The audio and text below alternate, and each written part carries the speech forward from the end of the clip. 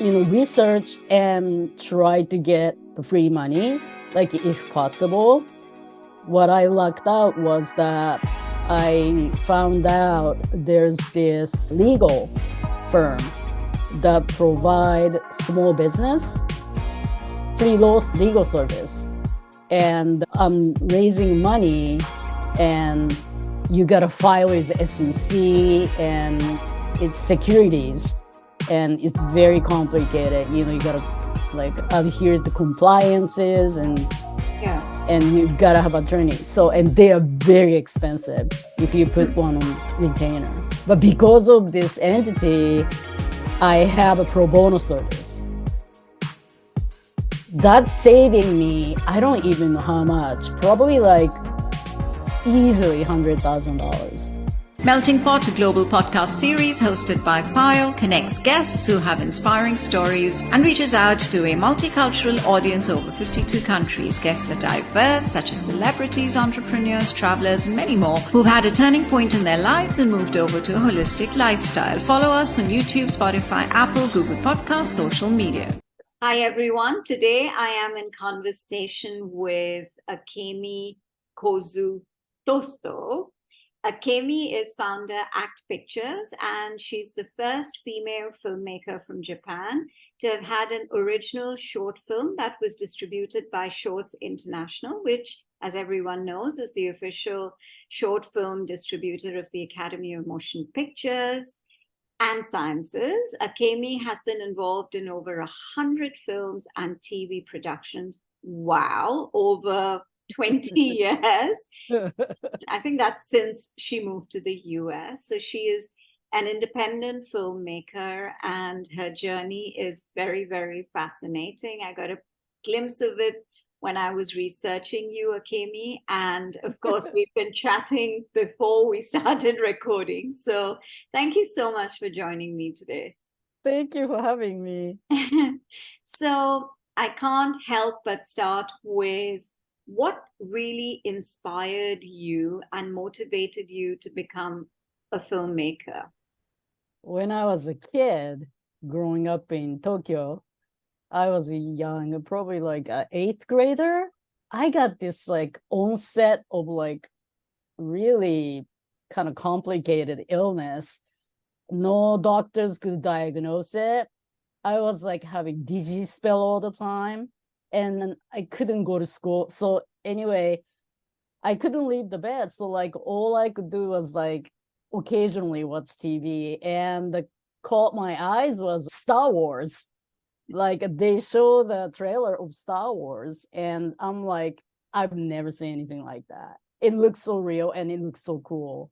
So like, as sick as I was, I asked my mom to take me to the theater, and wow, that really changed my life. Like it took me away from feeling sick for just 2 hours, and it just took me away to this like, dreamland really. And I'm like, this is what I want to do. I want to make people feel better. I didn't know what to do to make a film. Not even, I didn't know exactly what director did back then. Right. But I want to go to the country that made this film, and I want to make a film. Wow. I don't know how, but that was like when, my life started to shift. Like everything was about coming here in this country. And yeah, I haven't stopped since. I got better.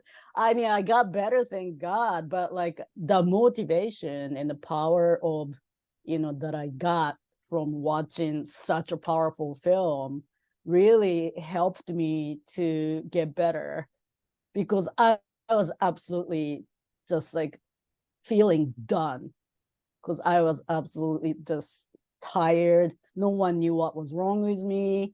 And eventually I started to get better, thanks to Eastern medicine, like acupuncture and herbs. And, that got me through. But like the main thing was, I think, wanting to get better and come here and make a film.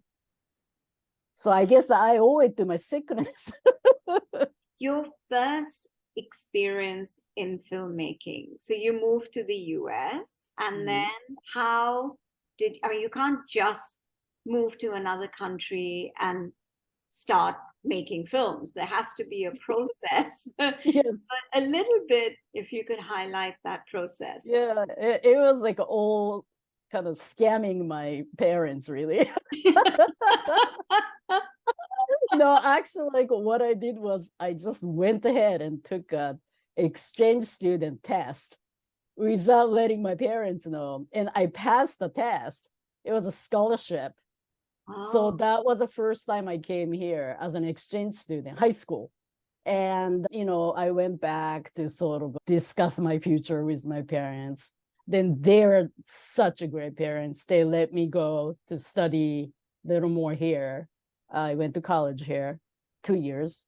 Then after that, I just really kind of dove into it in a way in the industry. But I was actually a DJ first. oh, interesting. I know it was Yeah. such a fluke incident, but I was scouted by then well-known DJ from this rock radio station. And that particular program was run by big Japanese media company. So that's kind of how I started to kind of get into, behind the camera thing. After the DJ run was done, I just promoted myself to work on the set, like a television shows and stuff. And the producer was really good to me. So, like a lot of help from other people.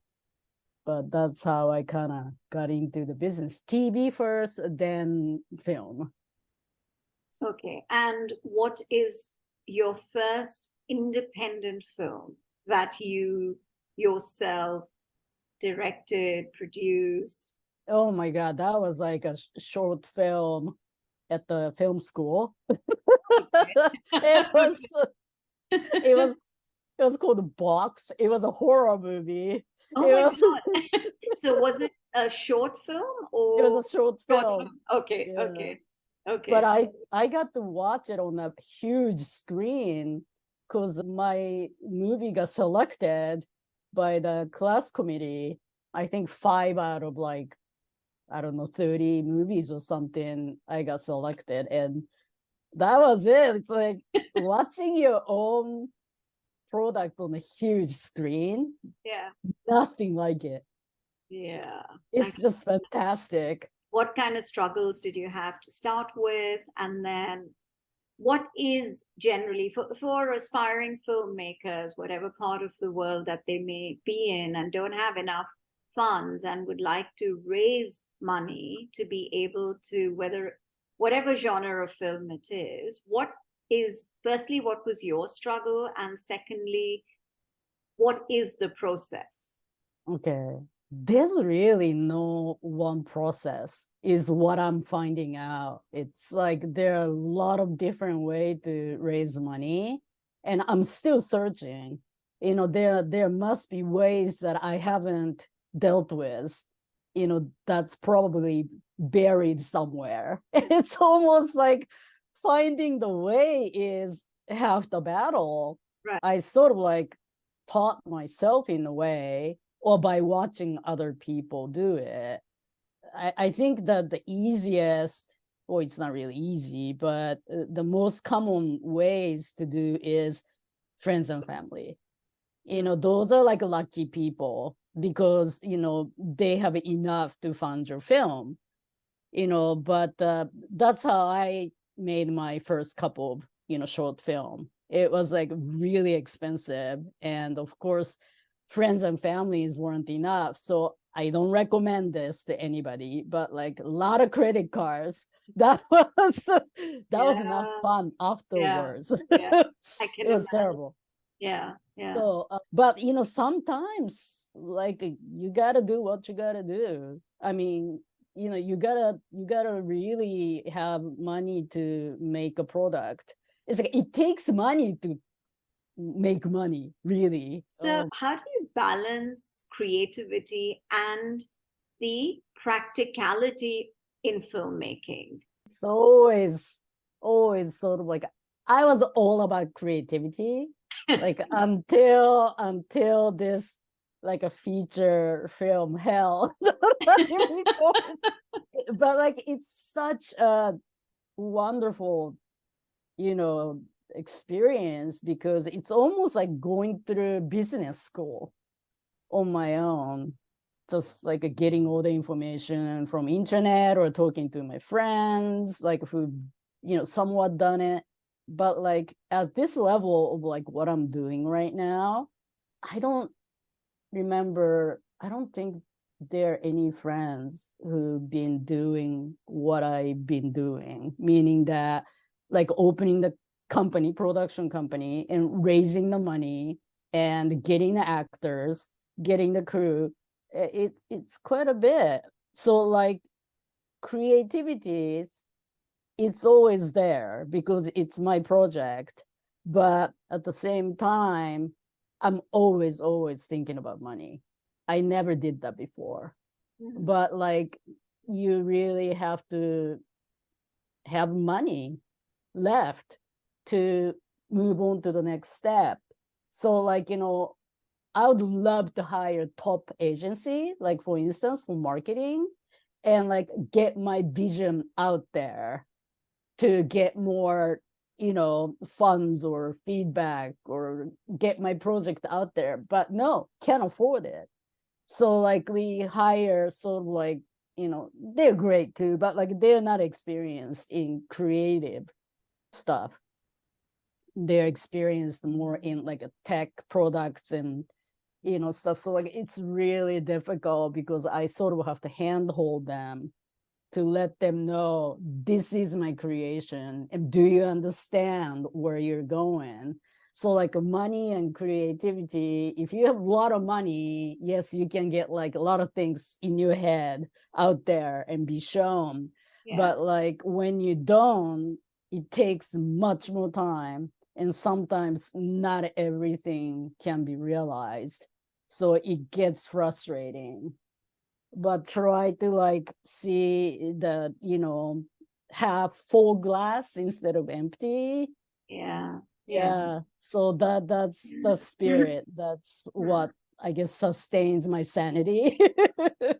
Yeah, because you still have that vision and you still, yeah. So what I'm hearing from you is that the biggest struggle for you, it could possibly be for other independent filmmakers as well, is raising money. That seems to be the bottom line. Yes, Once that has been resolved, then the creative process just kicks in the smooth. fun part begins. Yeah, exactly. Tell Yeah. me about technology. Oh God, that's why I have a very, very good director of photography. I'm not really like, I love technology, but I don't do it. Right. And it's such an expensive endeavor, the filmmaking. It's like every minute costs us, right? So I always ask the professional to do that job. That's why like there's so many departments in the filmmaking. So like I convey what I want to see and what I want to do, and my DP, director of photography, can realize that for me. And I might like tinker, saying like, that's so cool, how did you do that? And he tells me, I'm like, okay. It's like, let me talk to my actors next. Yeah, it's really complicated and it's changing daily. Yeah, no, it is completely. And Yeah, if you're not technologically savvy, then it becomes like something daunting. daunting. Yeah, Yeah, absolutely. Yeah, no, I get that. yeah. Do you also conceptualize your ideas, as in, are you also writing your stories? Mm-hmm. You Yep, are. I'm a Okay. writer, director, producer. Have you ever uh, acted? Have you ever acted? I don't know if I call it acting, but Why? there was a time I really wanted to watch like super professional director in action. So I took background acting jobs for like about a year. So, I was making small amount of money, but like I was like right there on the set, like watching this top caliber staff work who is like very professional, like high-end actors. That was awesome. And I got SAG card for some strange reason. So like I could have pursued acting, but like nah, I don't like to be in front of camera. Today was daunting too. That must have been, yes, it must have been. But it's interesting to see how you have, in order to completely embed yourself in films, you have done everything in order to get that wholesome experience and understanding of what it means to be on a film set, what it means to be behind the camera, in front of the camera, what it means to raise money, what it means to know who are the correct actors, and the whole process. You seem to have gone through the whole gamut of it in your whatever number of years. I'm not going to say 20 again. 20 So, something years. yeah, which is absolutely so inspiring to hear. I think the bottom line is never give up. Yeah, I think so. If you I have a think so. dream, just pursue it, whatever it takes. Make sure that you are able to lead up to the final product. And I think that, and how much ever time it takes, how much ever effort it takes, but in order to be able to pursue it, I think is what is so inspiring. And I hope all those listening and watching will get, again, motivated and know that there is someone like Akemi, and they could also follow their dreams. I mean, from eighth grade in Japan to where you are today, you have to be proud of yourself, Akemi. Oh, thank you. Thank you. So Yeah. anything that you would like to add before we kind of end the interview, which I've absolutely enjoyed this Oh, conversation thank you. with you. So I guess I don't know. Like you said, never give up. It's like, it's like a gamble, like filmmaking. You got to go to the table and roll the dice, like every time. However, it might feel useless, you got to go to the table and roll the dice, or you never get a chance.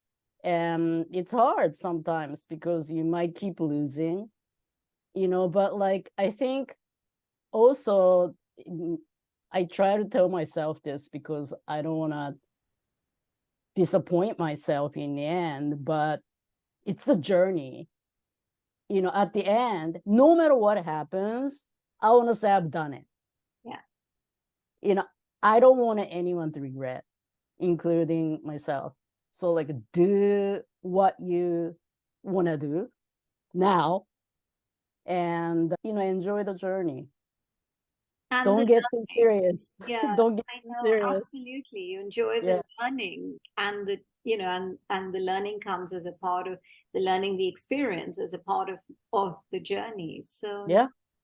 absolutely, absolutely. I think your journey has been so amazing. You're still working on it, I'm so tired. and Tired.